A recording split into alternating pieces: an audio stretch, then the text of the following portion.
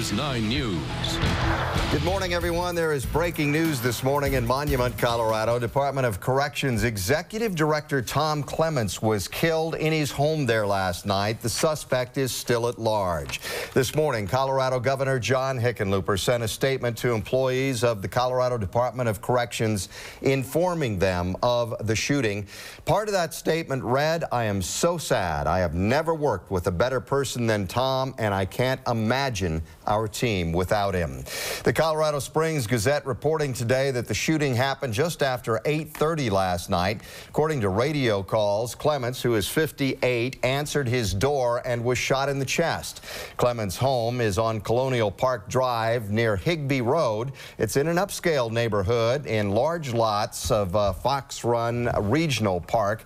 And once again, that is in Monument. 9 wants to know. Investigative reporter Jace Larson continues our team coverage this morning. He's at the Colorado State Capitol. Jace. Good morning, Gary. We've been talking to our sources this morning, and we're expecting that the governor will actually hold a news conference sometime between about 8 and 8:30 this morning. He wants to remember Tom Clements, just to put it simply. He does not plan, I'm told, to talk about the investigation that is going on outside of Monument. He's going to leave that to sheriff's deputies, but he does want to remember Tom Clements, a man who came to Colorado in January of 2011 to take over the job as executive director of DOC. When he came here, the DOC was going through budget cuts here that made it very difficult to try and staff prisons. They were having to close prisons, and he was brought in as someone to continue the mission of DOC, to continue trying to both keep inmates safe, but also keep the guards safe, again, with much less money than we'd had before. Before he came here, he served 31 years in the Missouri Department of Corrections. Investigators are saying for the first time officially that a man who was killed in a gunfight with Texas authorities is a suspect in the shooting death of Colorado State Prison System Chief. A spokesman with the El Paso County Sheriff's Office says evidence gathered in Texas after the death of Ebel provides a strong lead in the shooting death of Tom Clements, the director of the Colorado Department of Corrections. 9 News sources say that the shell casings in the Texas crime matched the gun used at Clements' home. Investigators will not talk about that part publicly yet. If we can link the weapon that we used in Texas to the weapon used here in Colorado, that would be a big step forward in our investigation. Authorities hope to get the ballistics test results back on Monday, the same day a public memorial will be held for Mr. Clements. Investigators are looking at the evidence that could connect Ebel to the murder of a pizza delivery man as well. Nate Leone was married, he had 3 kids, and his family is inviting the public to his memorial service. Family members say the service for Nate Leone will start at 11 o'clock Wednesday morning at the Flatirons Church in Lafayette. Again, the public is invited to come. Investigators are trying to determine whether a Domino's pizza jacket and a pizza box found in Evan Ebel's car are connected to Leone's murder. This is our first chance to hear from Evan Ebel's father, Jack Ebel. He issued a statement this evening saying, quote, "I am profoundly saddened by the recent events involving my son, Evan Ebel, and offer my most sincere condolences to all of those individuals and families who have suffered from his actions."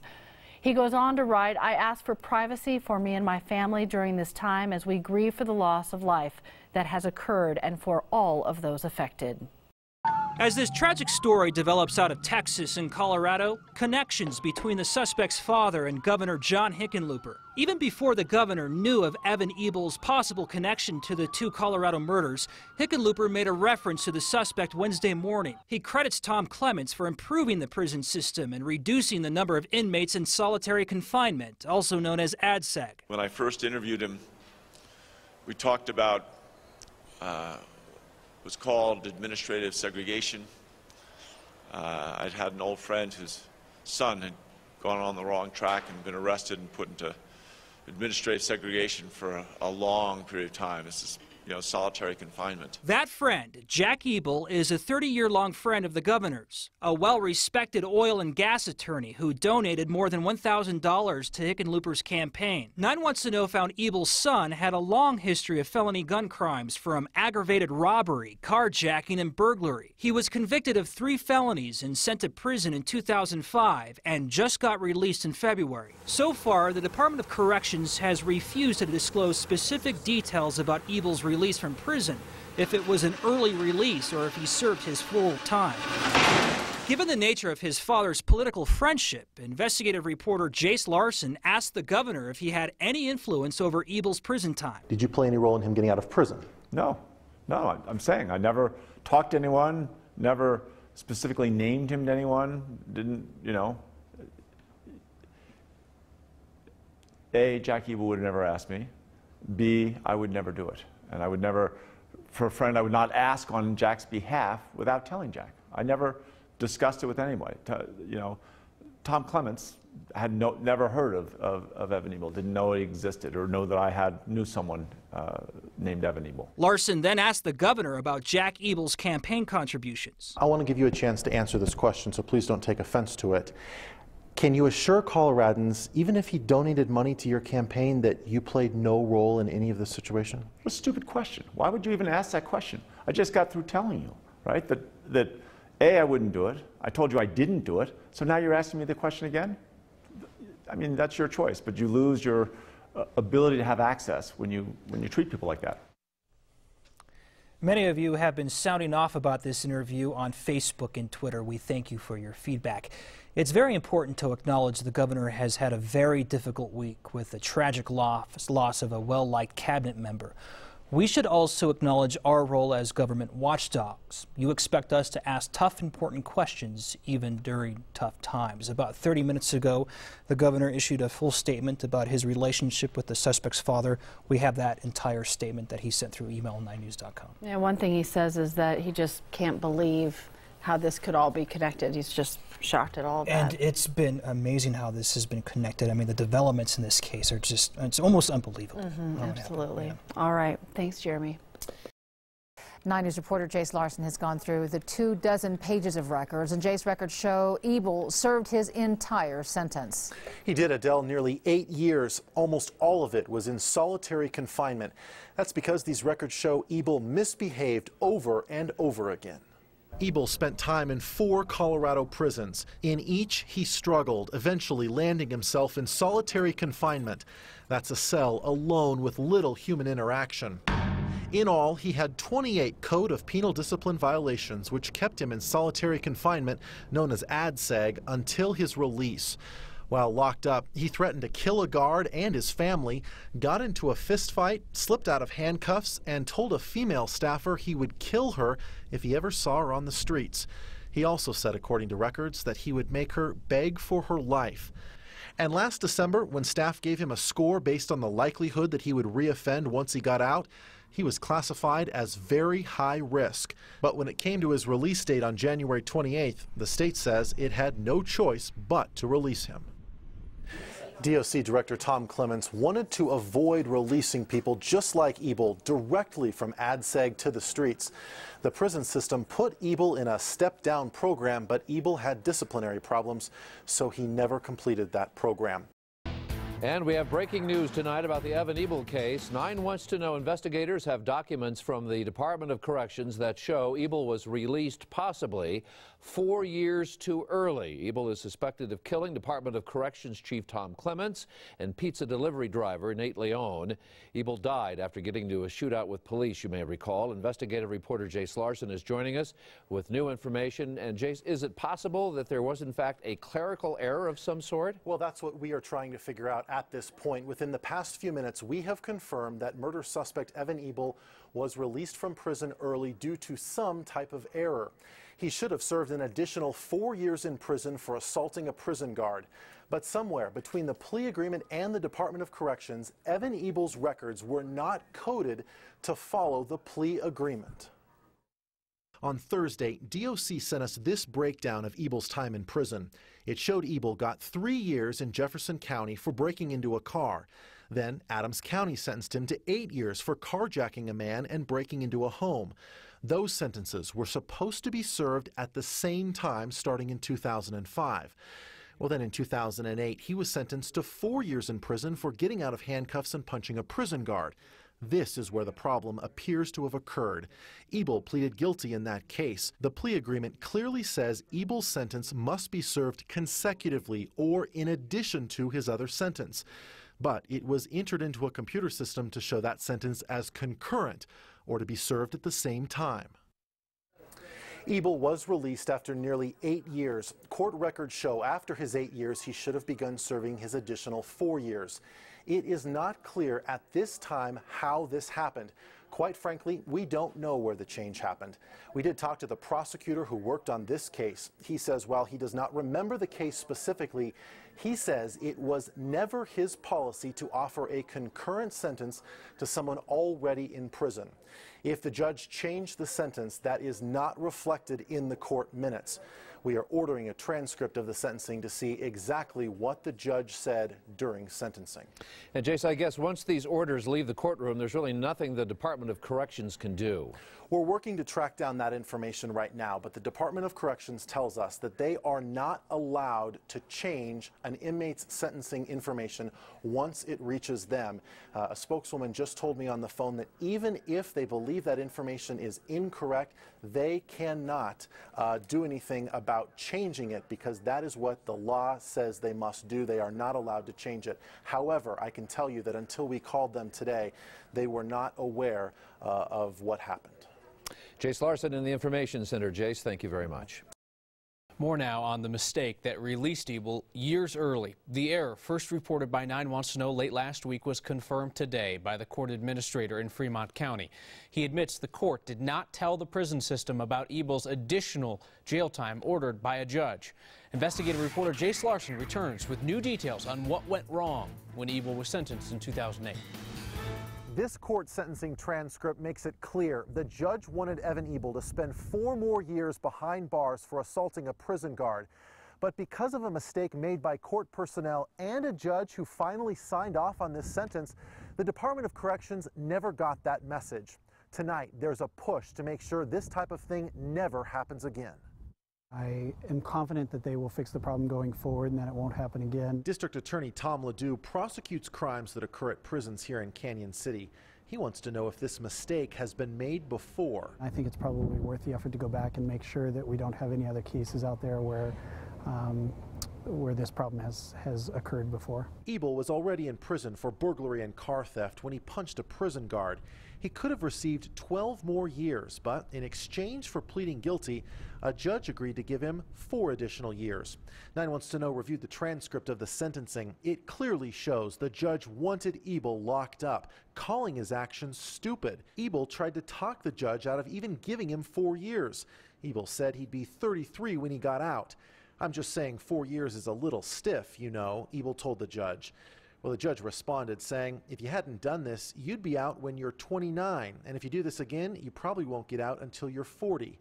The judge went on to say, "You're never going to make it on the outside with the attitude you still have on the inside."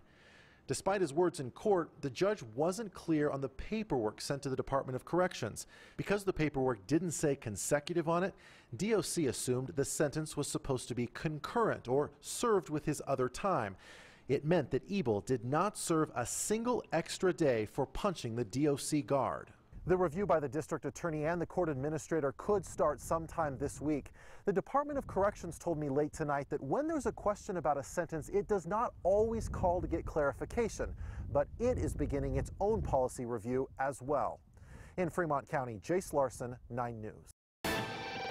Governor Hickenlooper says the state's corrections department will audit the records of all inmates to make sure that they are serving appropriate sentences. We have team coverage beginning with 9 Wants to Know's Jace Larson. He's live at the Department of Corrections in the Springs, and Jace, the doc, will now be going through hundreds of records. The DOC, I should say. Yeah, that's exactly right. When a prisoner assaults a corrections officer in prison, the sentence that that prisoner receives for that assault is supposed to be served in addition to whatever sentence he was already serving. Well, by mistake, Ebel was given a concurrent sentence and was not required to spend more time behind bars. There are 255 inmates currently serving time for assaulting a peace officer like Ebel did. Each of those cases will now be reviewed to see if any problems were made in that sentencing document. DOC is also going to look at every case where an inmate was sentenced and the judge didn't specify if the additional time should be served at the same time or if it should be served in addition to the current sentence. If there's a question with those, we will consult with the Attorney General's office for contact to those sentencing courts to see if those orders need to be fixed. The Department of Corrections also announced today that it is going to be asking the National Institute of Corrections to come in and review parole operations. When Ebel took off his ankle monitoring bracelet, it took 5 days before a parole officer actually showed up at his house. An arrest warrant was then issued the next day, but by then, 2 people had already been murdered. It is a more complete and more disturbing picture of a troubled boy who grew into a convicted felon and suspected assassin. Evan Ebel's life ended in a shootout just days after police say he killed Nate Leon, a father of 3, and prison chief Tom Clements. 9 News has been looking through documents all evening that they received late today. This is 9 Wants to Know through Colorado's open records laws. In it, information that surprised our 9 Wants to Know investigators who have been covering this story from the beginning. Jace Larson begins our team coverage. Adele, we looked through hundreds of pages of documents, and here are the 3 takeaways that we came up with. Prison officials were looking for Evan Ebel hours before he allegedly killed Tom Clements. In fact, they were searching his home. When Ebel was in prison, he was so bad that just 2 weeks before his release, he was not allowed to be around other inmates. And look at this. He started using alcohol and drugs at age 10. We know how Evan Ebel's criminal career ended in a shootout with Texas deputies just days after the state's top prison boss was gunned down at the front door of his Monument home. Now, we've learned his life of crime may have started long before. This pre-sentence report details his history of drug use that started in elementary school.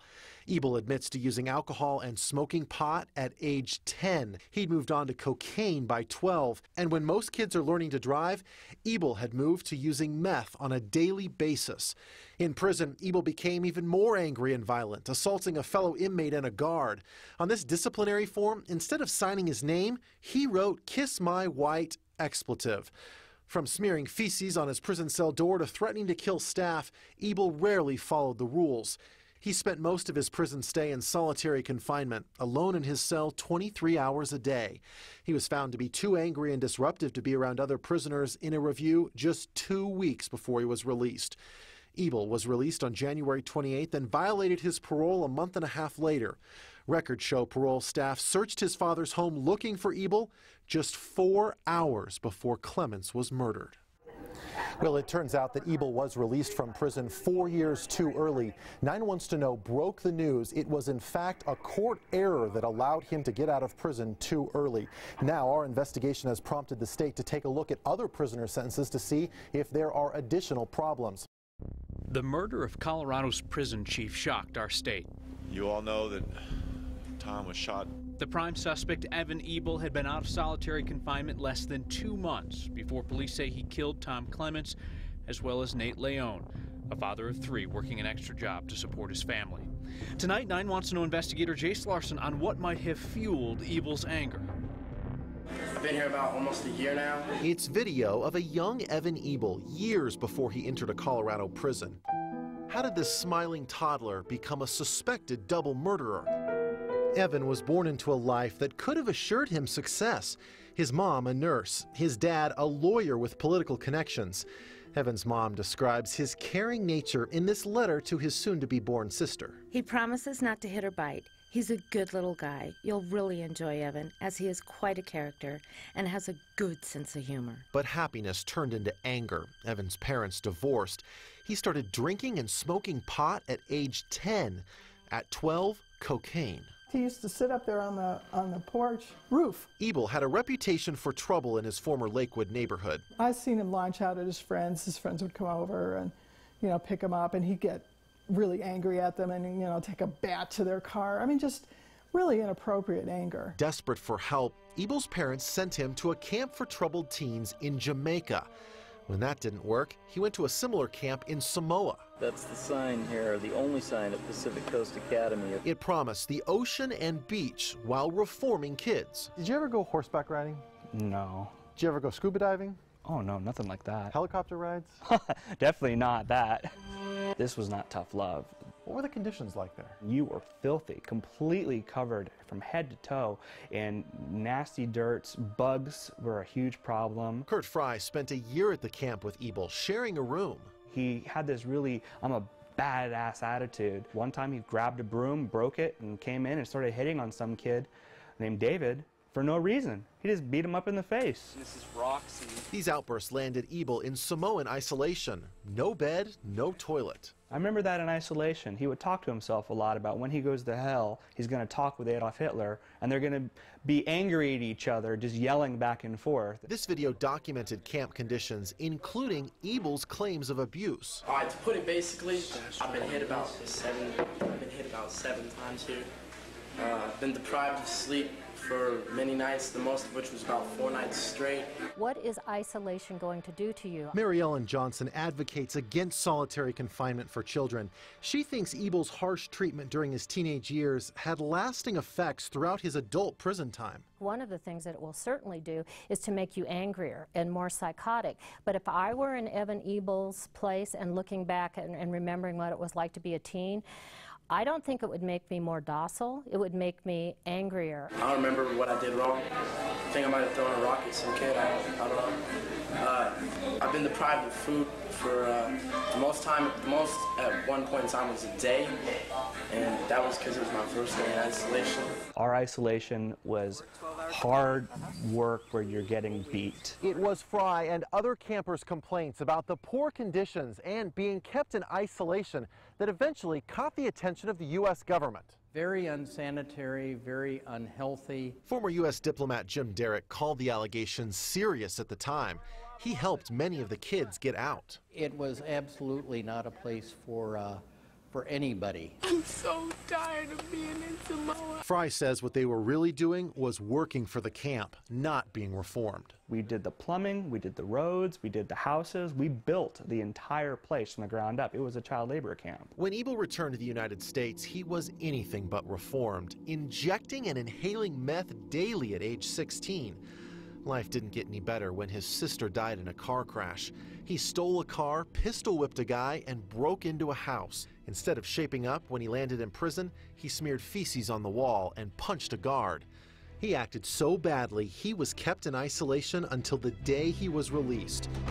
Evan Ebel was out just 7 weeks before we all learned his name. I am certain that programs, including ours, Pacific Coast Academy, made him worse. That camp cost as much as $3,000 a month. Kyle, that's really the going rate for camps that are similar to that one.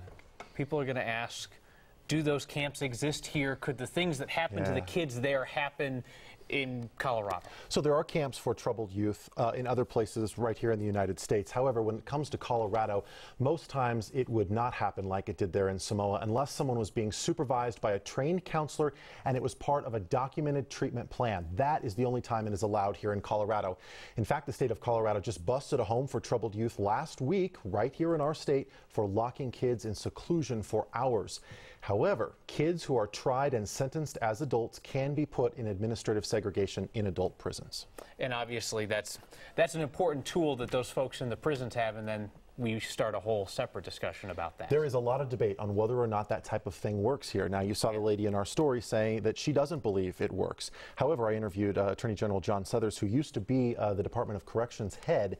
He says sometimes you have no other option. If you've got somebody who's violent against other inmates, violent against staff, what do you do if you don't remove them from population? He said, how could I go to a parent and say, your son or daughter was just injured because I didn't choose to remove a problem inmate from the rest of the population? Parent of another prisoner or parent of a guard. Exactly right. All right, Jace, thank you so much.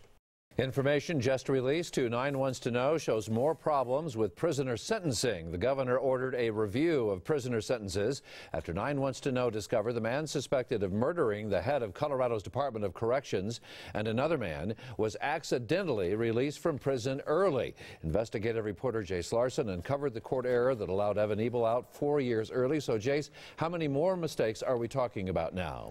Well, already the state audit has discovered and fixed 56 problems with prisoner sentences, and this audit is only about 1/5 of the way through. There are more than 2,500 inmate records that the Department of Corrections says need a closer look. Today, the man who took over for Tom Clements sat down in an interview that you will see only on 9 News.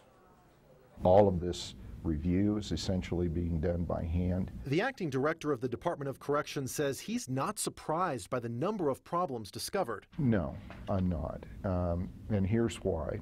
sentencing laws are so complicated. In addition to the 56 prisoner sentences with mistakes, there are 56 more cases where the court system is still investigating to see if there's a problem it needs to address. As of right now, they've looked at 362 records. There are many more to come. How do you fix these errors?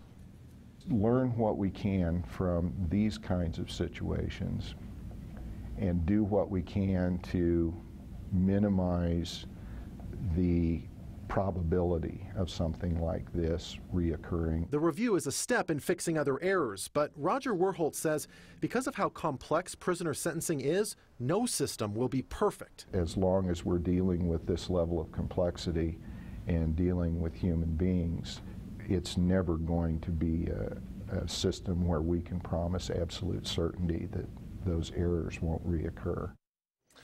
We mentioned the 56 problems that have now been fixed. Many of those were fixed when a court system looked at the sentencing document and was able to correct it to make it accurate.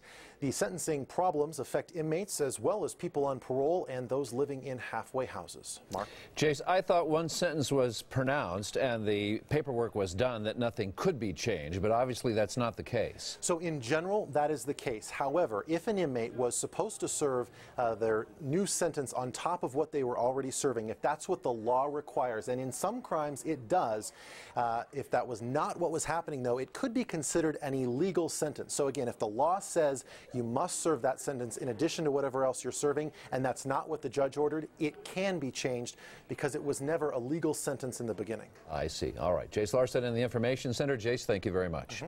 Also today, the state announced that it has found many more mistakes as it reviews inmates' sentences. The governor demanded a review of prisoner sentences after 9 Wants to Know investigator Jace Larson discovered that murder suspect Evan Ebel was released from prison 4 years too early. He is thought to have murdered 2 people just 7 weeks after his release.